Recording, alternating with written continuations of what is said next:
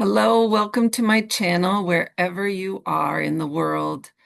Today, we're going to go into a topic more deeply around abandonment. Yeah, it's a pretty big topic, but if you feel ready to go further into your pain around this, there will be steps here that can help you in that process. And please keep in mind that it does help to work with somebody on this. Once you fill out this worksheet, I'm going to go over with you, and feel free to reach out to me if you would like some additional help. So, abandonment is something that I've done a lot of healing around, and I've seen it and helped a number of people as well. And it's the core of these other problems that we have around addictions, codependency, the cycles of intense emotions, or grabbing at the world. And healing it can take certain steps for doing that for the most part. I've seen it a few times in others that it's been a huge dramatic shift. So see how this works for you. And yeah, let's let more healing come into your situation.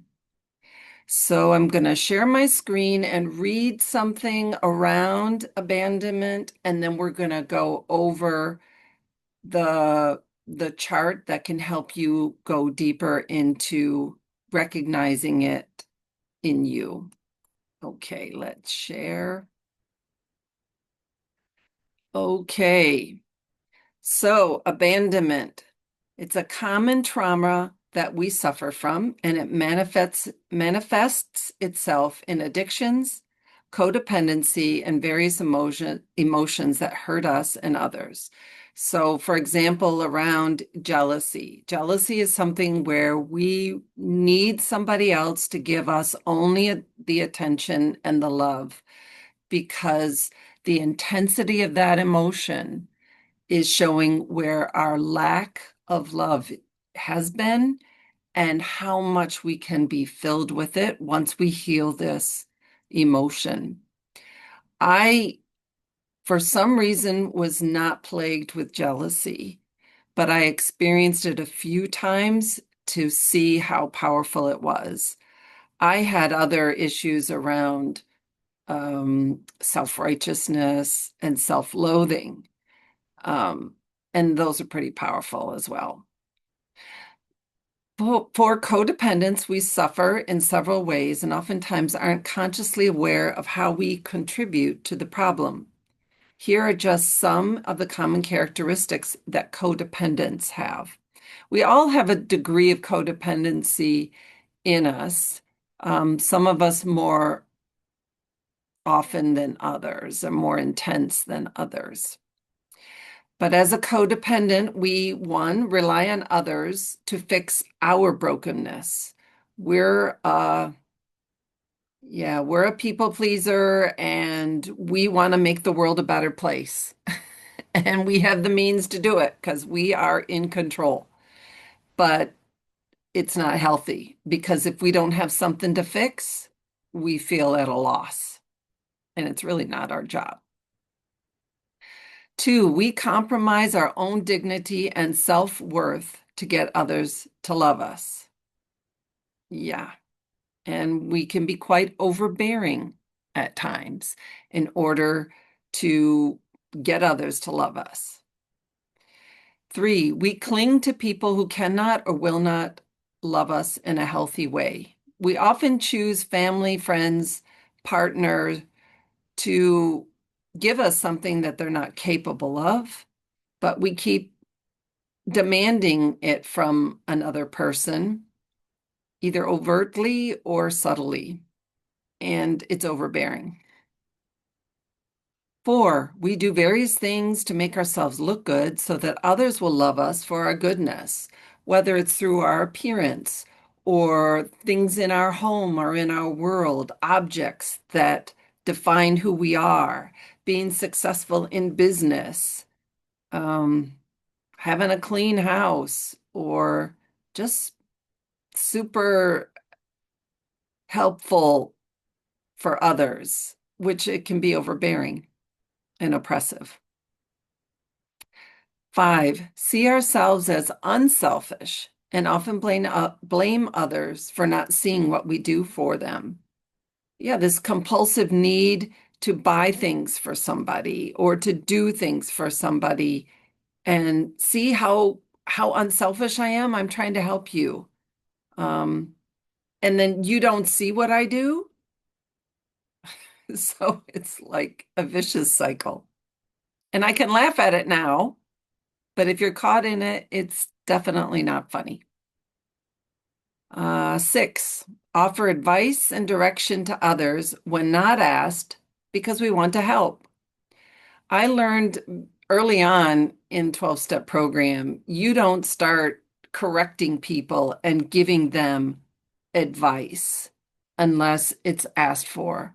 A lot of the time, people just want to share what's going on. And if they want your help, they'll ask for your advice or a suggestion. But jumping right in and try to take control and tell people what they need to do, it's not helpful. And 7, are not comfortable setting healthy boundaries, practicing self-care, and spending time alone. Yeah, see a lot of this. Now there are definitely more, but this just gives you a sense of it. If you can check all of these, it's like, yep, that's me. You're not alone. So how to heal? In order to heal, we must come in touch with those feelings that are locked within us and surrender them. These negative feelings are embedded in us on a deep cellular level, and they need release. When we weep, it's a huge instigator for release and shifting the pain in our body and brain. Letting yourself become vulnerable with a trusting person and surrendering the feelings to our Messiah allow for his mercy and grace to penetrate the blockages we've built up throughout our life. With healing, we learn about loving ourselves in a healthy way. We can set healthy boundaries. We choose people to be around who support us in a loving way. We have more freedom and ease in our life, whether people love us back or not. And that's huge. See my video and reading from my blog on my deeper healing with Jesus. And I wrote about a deep emotional healing in my book around self-loathing that I had felt most of my life in varying degrees. So this will give you some more insights as to the healing process that I've gone through. So now we're going to get into this worksheet, which I will leave a link in the description so that you can refer back to this.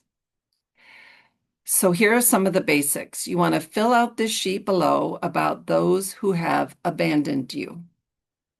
Don't get lost in the story around the abandonment. The purpose is to identify the feelings, feel the feelings, allow yourself to weep, and invite Jesus in for deeper healing to happen. It is important to be able to really reflect on this and recall memories that surface that you share with another person. And note, you must be in a place where noise, busyness, and distractions are not causing you to avoid deeper healing. Now, to me, this is common sense, but I've worked with a few people that I've had to remind them of this. They've got their dogs around or they've got a family member around, even when we've been having a session going on. You need to be free from distractions because I don't care how good you say I can block it out. You can go much deeper when you're in a space where you're not disturbed. Here are some common emotions to consider using when identifying your experience: anger, sadness, rage, frustration, loneliness, hurt, unseen, unloved, betrayal, angst. That's a good word. If you don't really know how to identify an emotion, it's just angst. You know, you feel something's not right and your body reacts to it. neglected, unworthy. And think about, how have I been abandoned? So I've got three columns here. You've got who you felt abandoned by, what did they do, and you want to summarize it in 2 to 4 short sentences or complete sentences, not a long, drawn out explanation around it. And then, how did I feel? What were the emotions that were triggered? Now, if you are like me, you might have spent time just stuffing your emotions and you're not quite sure what emotions you're feeling. Refer back up to this list or refer to this this chart, and it can help you. My job as one who's done this and have helped others is to help you also identify these feelings and be in a space where you have acceptance and we can bring more compassion into it so the healing takes place with the help of Jesus. So, how did this person write out his abandonment? Well, we've got Rachel, his wife. And what did she do? She had no time for us in our relationship. She was always with the family, the grandchildren, the children, and couldn't listen. She stopped showing any care and affection for him. She criticized me often and threatened divorce often. And the feelings he put down: betrayed, unseen, unloved, frustrated, furious, confused, and sad. And then we went to his dad, things that he did in his childhood. He never helped me with anything. He never helped me with homework, house maintenance, never attended any of his athletic or academic events. He threatened us regularly with being taken to an orphanage. Ooh. Feelings here: anger, sadness, neglected, alone, unworthy, betrayal, unloved, rage, abandonment, totally alone. And then his mom, she didn't help me enough, only yelled at us all, and threatened to go to an orphanage as well. Felt unloved, betrayed, and hurt. And I remember when I was working with him, other emotions came up. This is just a start to bring this out in the open. And then I put one more thing here. Normally, you can have a lot more people, but this was just to give you a sense of how this can be done. Then he talked about a girlfriend, broke up after a 3-year close relationship. She would not speak to me for almost 2 years, no matter how I tried. Then appeared out of nowhere. He had hope and excitement that the relationship could be renewed, but after that, I never heard from her again. And then feelings of betrayal, unloved, angry, frustrated, unworthy, alone, sad, lonely, confused, abandoned. So a number of these emotions are repeated, quite normal. So putting these down on a list is the first step. Now, you could have 10, 20 people where you felt abandoned, but these were the main ones that we focused on in this time that I spent with him. Now, another thing that's very important is not just talking about these things and identifying the emotions, but then recalling a memory or two for each person. See yourself at that time and being an observing, loving adult, and also offering compassion and consolation to that person at the time. Then we bring love, grace, and mercy into the situation for letting go with Jesus. So this is really where a trusting person is important to help guide you through this because we don't want to stay lost in these emotions. We want to become free from them. So having someone that can guide you through this process will help move you along through it.